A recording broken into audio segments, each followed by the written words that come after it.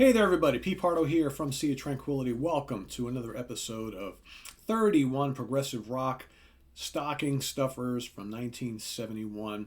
We've got 31 days of December, 31 picks of my favorite prog rock albums that were released in 1971 that turned 50 this year. Today we're on day 12, and of course you can't have a favorite prog album episode or a series, I should say, from 1971 and not talk about this next one. This, I think, has sold to date somewhere in the neighborhood of 7 million copies worldwide. Originally released on March 19th, 1971 on the Chrysalis label, produced by Terry Ellis and Ian Anderson himself. I'm talking about Jethro Tull, Aqualung. Of course, this is the big deluxe box set. I'm sure many of you have this in different formats. You maybe got it on an old slab of vinyl, an LP, maybe you got it on an 8-track or a cassette, or one of the many CD issues that have come out. I think I have like 3 versions of Aqualung as we speak. It's crazy. But yeah, this is probably the ultimate version, right? So this is the 4th studio album from the band. It follows This Was Stand Up and Benefit. Then you get this one. This was the first really, really big breakthrough album for the band. Stand Up and Benefit both did pretty well, but this is the album that got the band all the attention. It's actually probably equal parts hard rock, folk, and progressive rock. Like at the time in 1971, did we really know what progressive rock was? Yeah, maybe not. But you can hear lots of this more, advanced, challenging songwriting and instrumentation from the band popping up on this album, which we would then see quite a bit of on Thick as a Brick, A Passion Play, so on and so forth, and going in throughout the 70s for the band. Ian Anderson on lead vocals, acoustic guitars, flute. We've got Martin Barr on electric guitar and recorder. You got Jeffrey Hammond, brand new to the band. This is his first album with the band, on bass guitar, backing vocals, recorder, and odd voices and things. John Evan on piano, organ, a little mellotron, and Clive Bunker on drums and percussion. This would be Clive's last album with the band, being replaced shortly after by Barrymore Barlow. And then I believe Glenn Cornick, who was in the band the very early stages of the recording of this album. I think there might be some of his bass parts on this album somewhere, but he was not a member of the band when this actually came out. It was indeed Jeffrey Hammond. So as for the songs on the album, a lot of people think of Aqualung as a concept record. Ian and the band always kind of denied that, although a lot of the lyrical content has to do with the division of church and state, or church and God, and all that sort of thing. So there's some common lyrical themes throughout some of the songs, but for the most part, this is not a concept album per se, like Thick as a Brick or A Passion Play, obviously. But some absolute classics on here. And again, it's interesting how on this record, you've got this clear delineation between the heavy hard rock songs and the more folky pieces and the stuff that's kind of a mix of the two. Maybe prog, right? Aqualung obviously is a big, heavy track containing one of the great hard rock guitar riffs of all time and an amazing solo. Mr. Martin Barr, Mr. MVP right there. Guy's such a treasure. One of the great guitar players of our time. Cross-Eyed Mary, another song that it's hard rock, but yet it's kind of complicated and intricate. Again, prog, right? Heavy prog. Cheap Day Return, great folky track.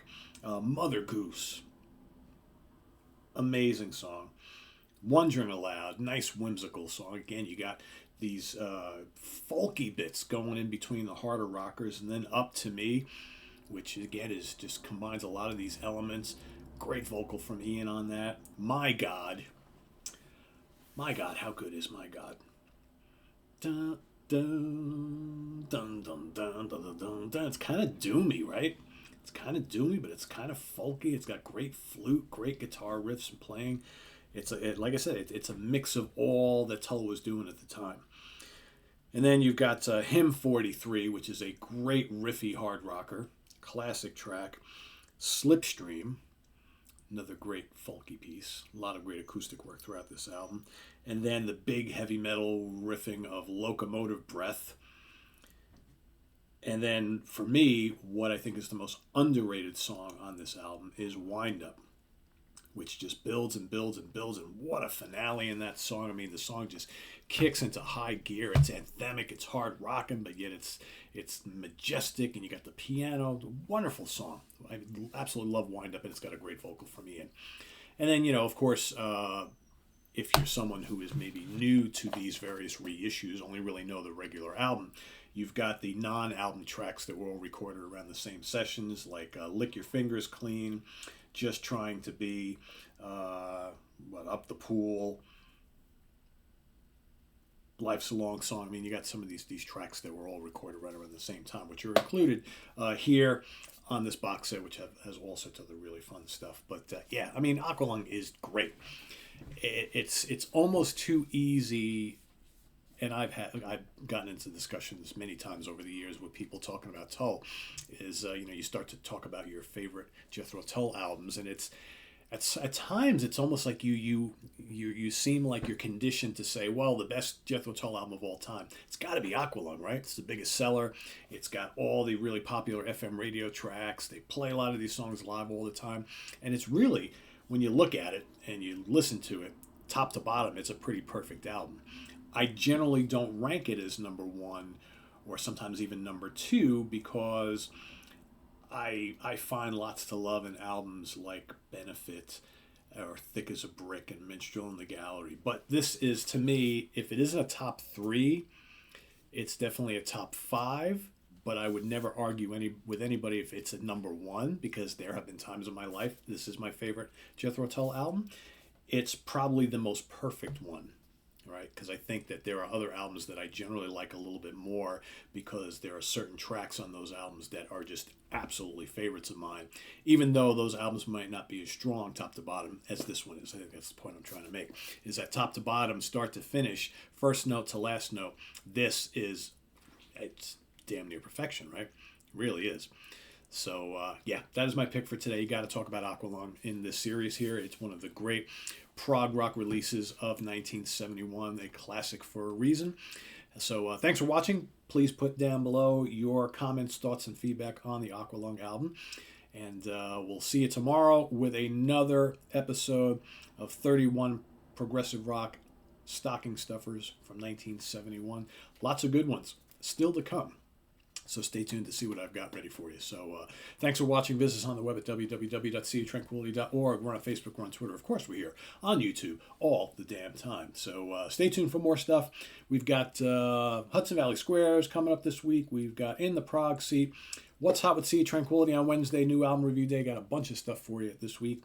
We've got the Monsters Den on Thursday.